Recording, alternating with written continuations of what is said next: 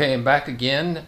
Radiator's been installed. I've been driving around for a few days on and off, different times of the day, come back, driving cold, driving hot, and everything has been really good. I've driven it easy. I've done cruising. I've done some hard driving, very hard acceleration, around town, traffic speed 25, 30 miles an hour, and it's been flawless. So I'm taking it out again one more time before I hear back from MSD on my Dual Sync Distributor to see if I still have a reoccurring problem. I haven't had it yet. I've diagnosed and gone over the system logs again from previous times where I can see a glitch on the cam signal right before and as the RPM drops off.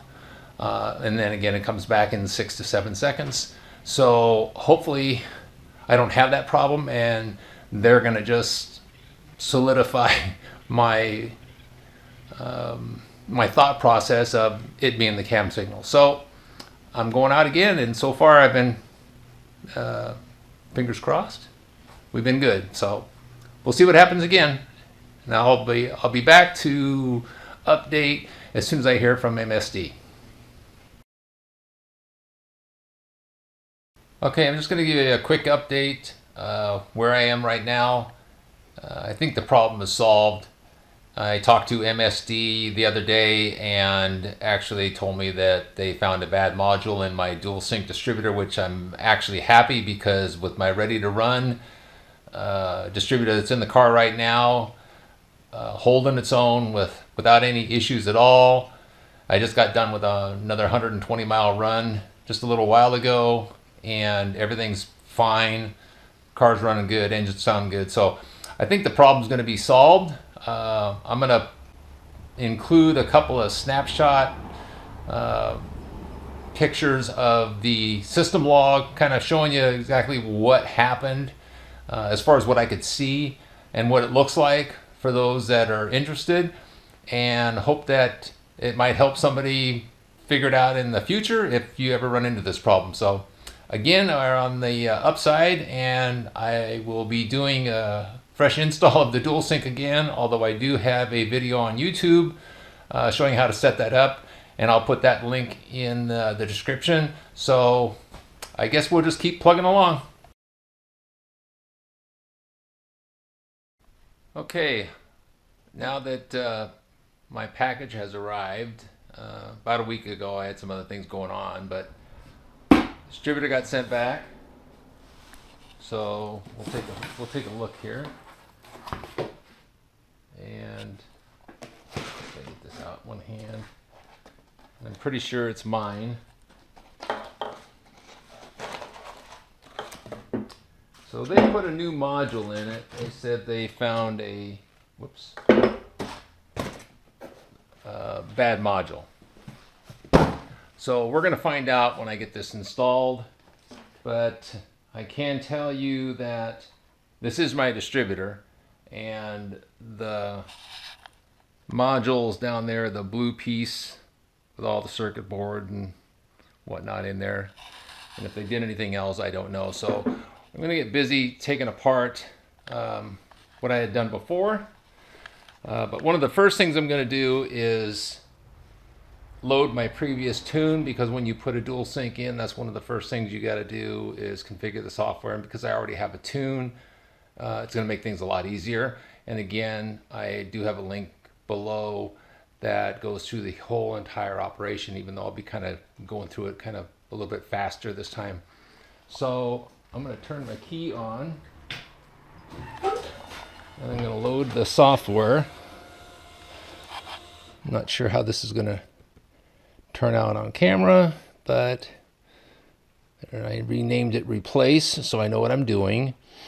And just to make sure, here's a system. I'm going to go into ignition parameters, and there's my ignition type custom, and there's the configuration. So I have digital falling 50 degrees, pulse fire. I still leave it set at 100 because I don't know what's going to happen this time. I may have to do some adjustments.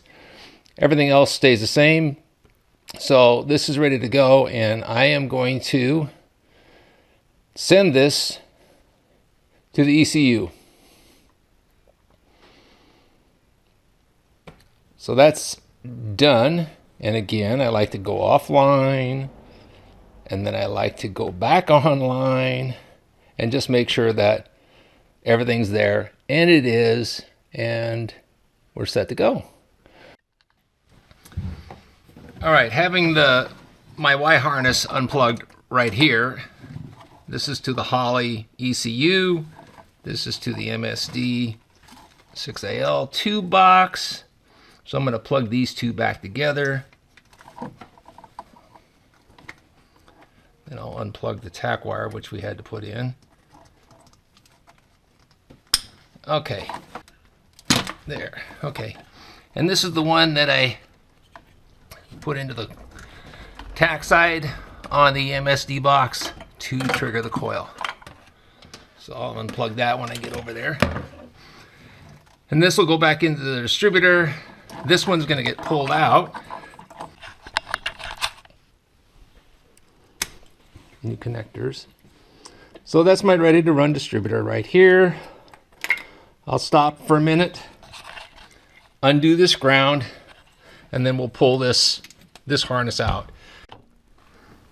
All right. Got the ground off, so that's here. The cable's still in, so our harness. So we're gonna just pull that out.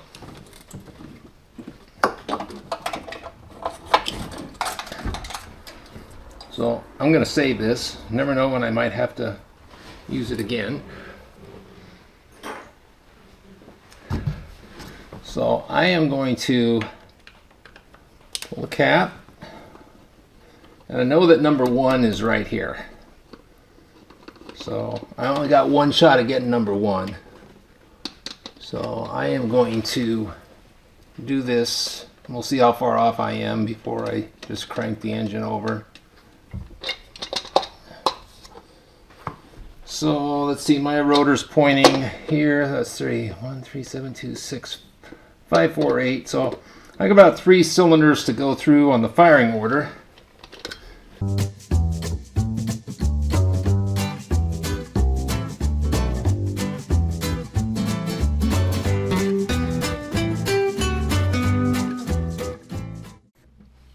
Alright, I'm going to do my best to try to help everybody here. So I'm coming right up on number 1, and that's 50 degrees before top dead center, which is where I need to be. So I'm going to pull this distributor out now. I'll get my wire out of the way a little bit. Pull this distributor out. I'll put the dual sync in, and then we'll do the next step. Right here, I just took the rotor back off the ready-to-run. It's going back on my dual sync distributor. That's my black mark for number 1. So I'm going to have this kind of aimed about 50 degrees before, but actually when I stab it, I'm going to have it a little bit more counterclockwise and roll this clockwise, and maybe I'll get the mesh on the pump right. And if not, we'll kind of play with the engine rocking it to get it back down and recheck the 50 degree mark, and then we'll go from there. All right, so this will be the fun part. I got to snake my dual sync harness underneath my manifold here. So there's my dual sync harness back here. I'm going to leave that unplugged for right now. And again, this is my mark for number 1. I know that we're going to be at about 50. We're going to be here. So when I stab this, I'm going to start over here because it's going to want to roll this way, because this is a forward counterclockwise system.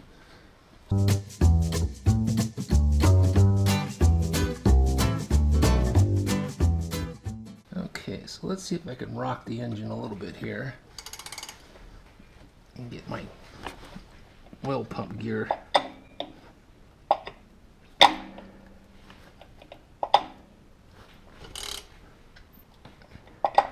There we go. Okay, now I know I'm going to have to go back to 50 degrees.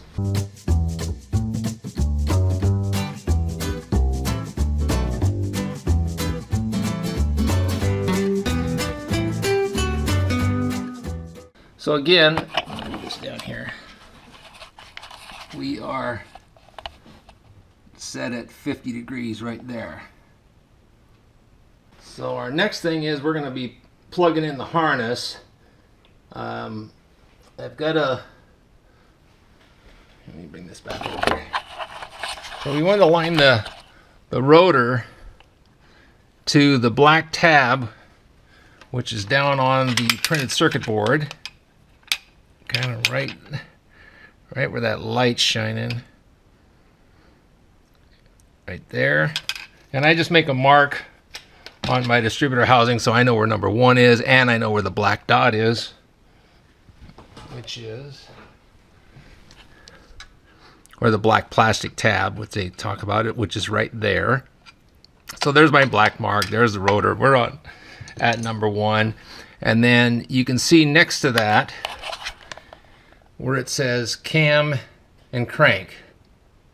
So when I set the light, when I plug the harness back in, I turn the key on, both of those should light up, and then we're going to do our adjustment. So before I do that, you're going to have to come back here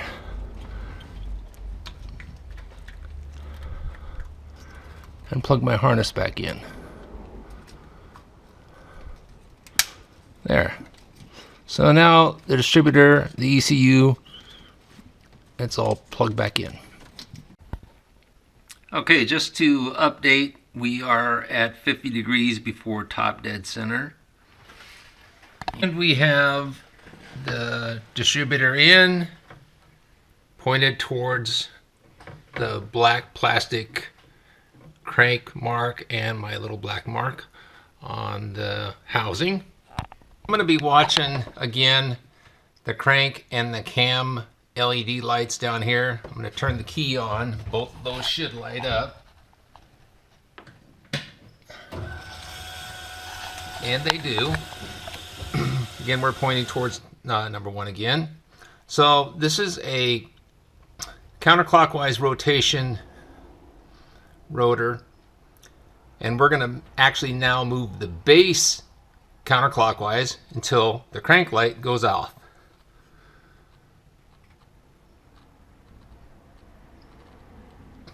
Okay, I like to hold the rotor in rotation just to make sure everything stays like that. And then we're going to roll the body back until the crank light comes back on, right there. And then we're going to lock this down. And that's where we're going to check all our timing from. So I'm going to go ahead and put the cap back on, run my wires back up, and then get my timing light hooked up, and we'll go from there. Okay, I have my key on. I'm going to connect to the ECU with my file. I am going to enable a static timing check, and I'm going to put 20 degrees here, and then I'm going to set that. And what this is going to do is hold the timing on the engine at 20 degrees, and I should be able to see that with my timing light when I start it, and then I'll slowly rev the engine up. This is going to be kind of loud. I got my garage door down, but we'll see where we go from there.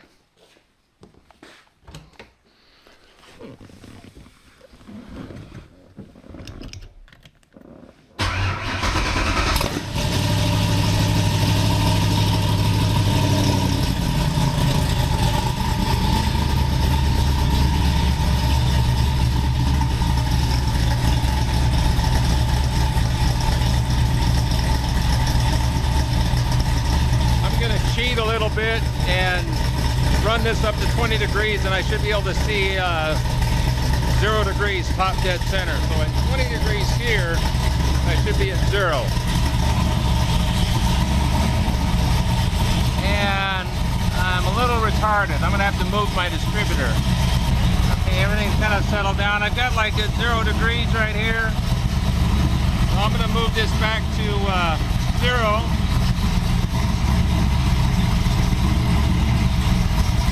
Got 0, should be at about 20 degrees right there. Kind of hard to see down there, but trust me, it's at 20.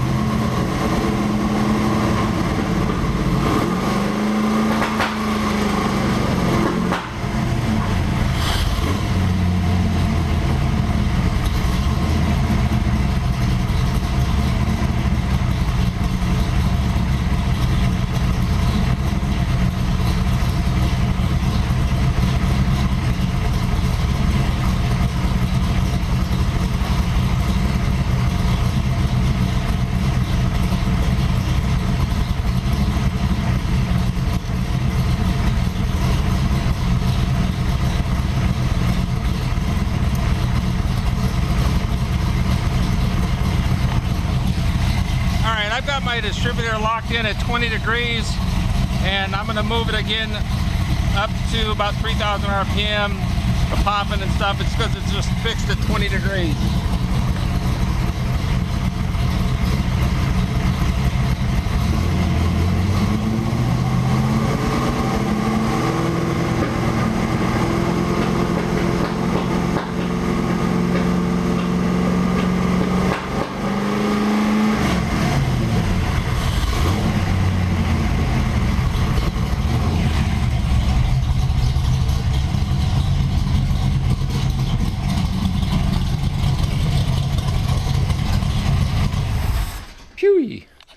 All right, it held at 20 degrees. Once everything got adjusted, I revved it up to about 2,500, 3,000 RPM, and the popping is just because I'm fixed. I haven't getting any advance at all out of the distributor because I've set the timing.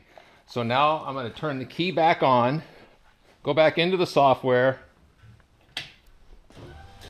and remove the static timing setting, which I had at 20 degrees. Make sure you're online to the ECU, and static timing can be set with the key on, engine off, or running. So now I'm going to clear this. Actually, I like to put a 1 in here and clear it. And it says that it's been cleared.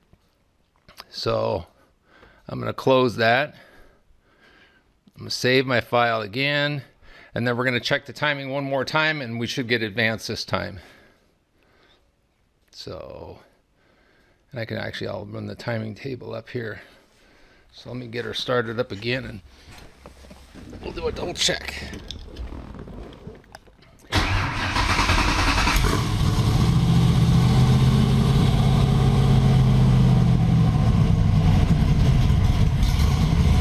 Actually, I can watch the timing here as well.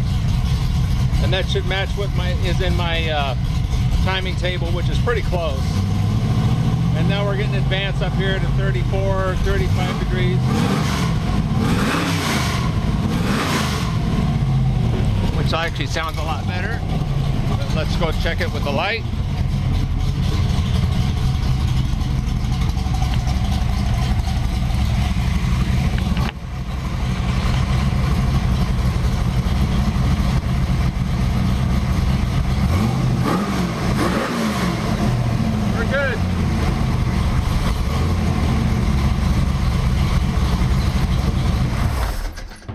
Okay, it's back and it's ready.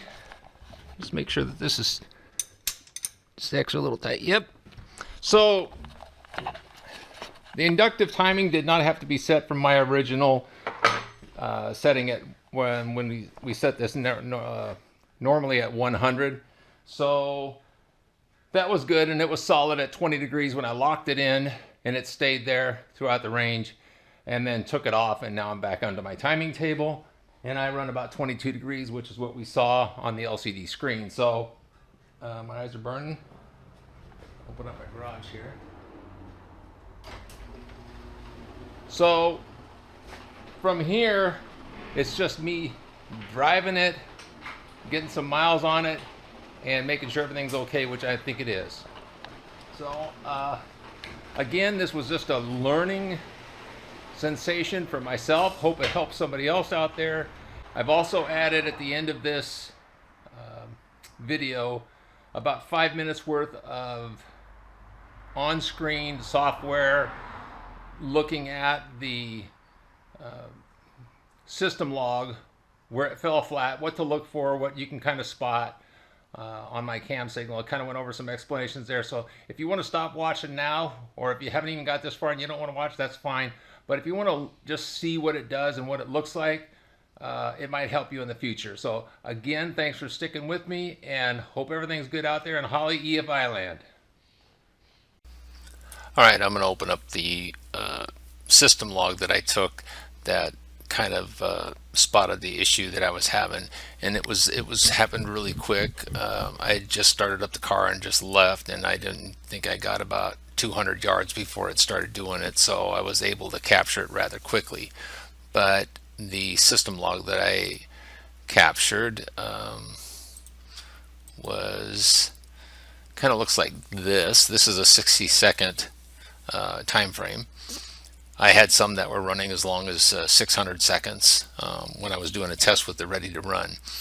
So you can see here this big green box and the blue box here with kind of green in between. This is the cam signal and this is the crank signal, and this is when it just like dropped off. So you're driving right along here and you get to this spot and the engine just dies. I mean, it just shuts off, and then was about 8-9 seconds later it just fired and just kept on running. So you're driving down the highway or driving down the road and it just shut off and then came back to life. So I noticed that I did have a problem in this area about 20 seconds initially. So well, right now I just clicked on it, was 524 RPM. So here's about 924 or 921. So pretty much idling speed, and I'm going to zoom in on this section, and I can just now start to see the cam signal look kind of funny, but you also see the crank signal here. I'm going to zoom in a little bit more. Actually has a nice square wave pattern to it, and the cam signal is starting to have a little bit of a glitch right here at 20 seconds. And then the RPM starts to drop, and over here we're at under 500 RPM. It came back to life real quick. You see the upsweep here, and then it drops again. So I'm having these little sporadic like gas bubbles, more or less. I'm going to call them gas farts, car farts. That's a good one. But the crank signal still was good. I wasn't having a drop there. Now I'm running the Terminator, so I'm not sure, because I'm not an expert. I'm not sure which one it runs off of, whether it's picking up the cam or the crank, but it definitely needs the cam for sure. So here we have the problem where the RPM we're at 1700 RPM, and it just drops, and we start to have our little glitches here right on the cam signal until it just falls flat on its face, shuts the ignition off. We're dead. We're just like driving along pumping fuel, because it was doing this off of my screen, on my LCD screen. And then about 9 seconds later we pick up the cam signal again. It goes through its little stall section here, because we're in a stall, or we're at stall, which means the engine is kind of recycling itself. And then we pick up the cam signal, and we have a little glitch again just when it picks up. You can see here, let me zoom that in.